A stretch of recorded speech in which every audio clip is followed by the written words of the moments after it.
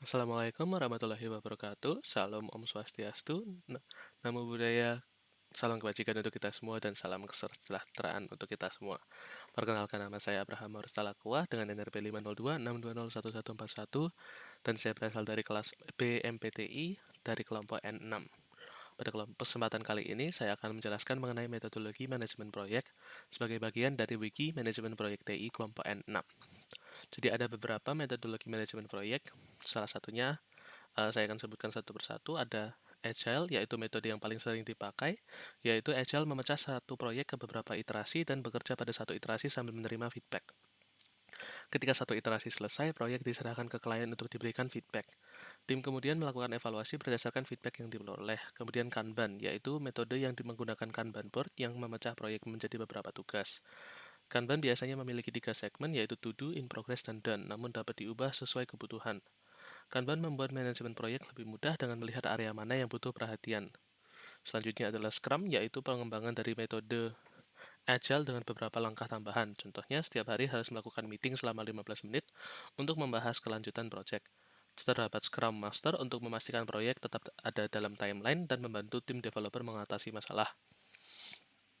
Kemudian ada Lean, yaitu metode Lean yang mendefinisikan 3 hal yang harus dibuang dalam hidup agar lebih produktif, yaitu mudah, murah, dan muri. Mudah yaitu hal yang tidak berguna dalam mengembangkan proyek, murah yaitu ketidakkonsistenan dalam pengerjaan tugas, contohnya seperti seorang developer yang mengerjakan satu tugas selama 1 jam, kemudian menunggu feedback pelanggan seharian.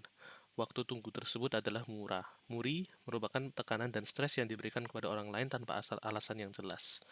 Kemudian waterfall, yaitu metode sequential. Pada waterfall harus diketahui waktu delivery proyek, budget, dan deadline yang ketat. Proyek dipecah menjadi beberapa tahapan dan setiap fase baru dapat dimulai setelah fase sebelumnya selesai. Waterfall memiliki planning yang baik, harus memiliki planning yang baik dan jarang berubah. Apabila berubah, maka proyek akan menjadi kacau.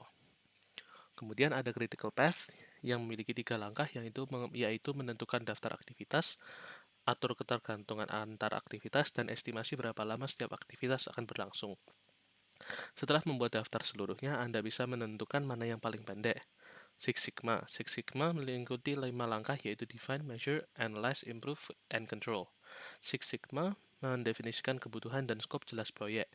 Six Sigma kurang cocok untuk diterapkan dengan proyek yang kebutuhannya bisa berubah. Tujuan utama Six Sigma adalah mencegah kesalahan sebelum muncul. Kemudian Rapid Application Development. RAD dibuat untuk menggunakan konsep Agile dan Scrum yang memiliki beberapa iterasi. RAD memiliki 4 tahapan proyek, yaitu mengumpulkan seluruh informasi yang diperlukan, kemudian mengumpulkan feedback, membuat sistem, dan meluncurkan proyek. Kemudian Prince 2 yang hampir sama dengan Waterfall. Ada 7 tahapan, yaitu memulai proyek dengan fitur dan titel proyek, evaluasi proyek, menentukan skop, evaluasi proyek terhadap deliverable yang telah disampaikan, evaluasi proyek terhadap timeline, proyek diimplementasikan, dan laporan akhir diisi. Kemudian yang terakhir yaitu Project Management Institute atau PMI, yaitu planning merupakan kunci dari PMI yang baik untuk proyek yang memiliki budget ketat dan alokasi waktu yang terbatas. Dipecah menjadi 5 tahapan, yaitu konsep dan inisialisasi, perencanaan, eksekusi, performance and monitoring, serta closing. Sekian yang bisa saya sampaikan.